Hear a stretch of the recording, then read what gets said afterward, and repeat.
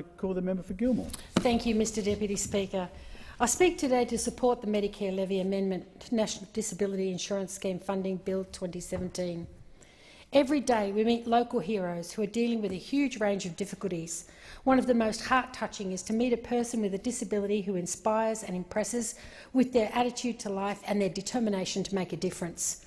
Some of my local disability champions are Brad Rossiter, with his prosthetic legs, his kidney and pancreas transplants, who with his wife Lorraine co-chair and are the founders of the Urubadala Renal Support Group.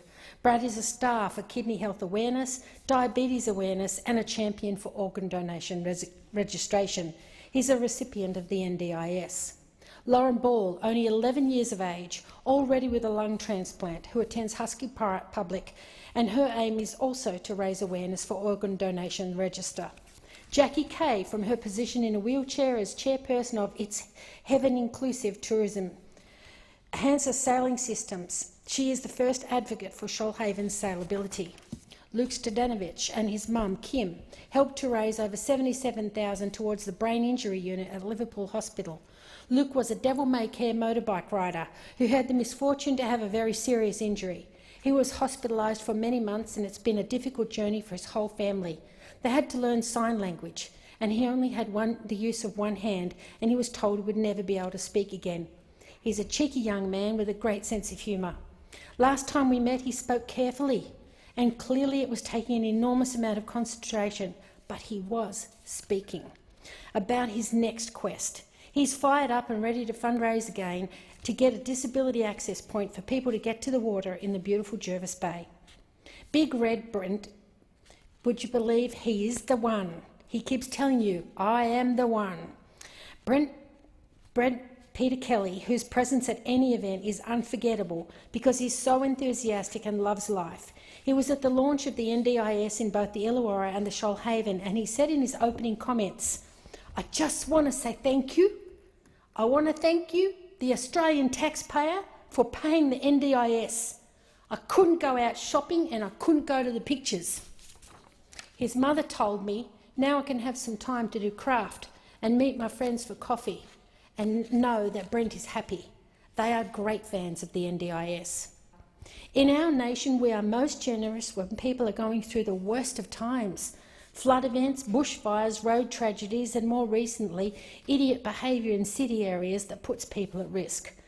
We gather around, we send support, we donate financially, and we are at our best.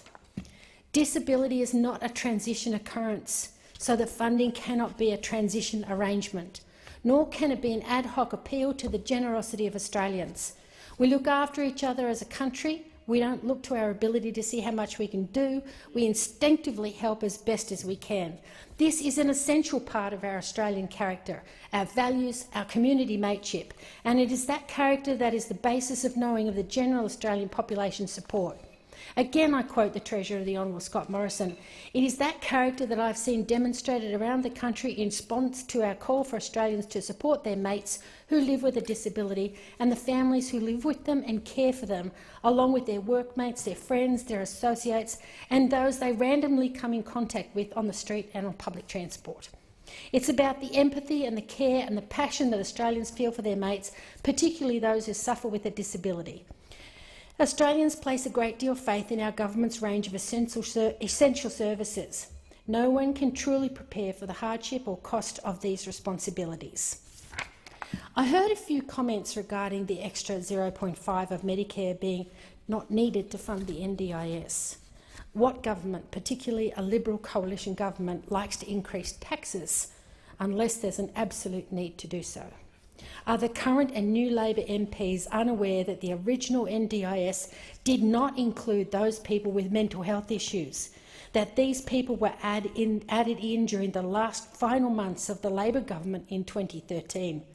We absolutely must, and in my notes I've underlined must. I repeat, we must enable access to the NDIS for those suffering mental health issues.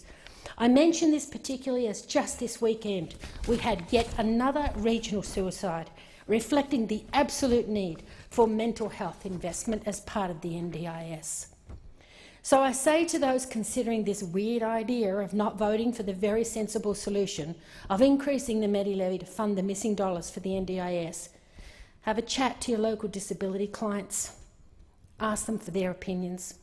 Look them in the eye and tell them, I'm not voting for this. I'm not going to vote for this extension of the levy.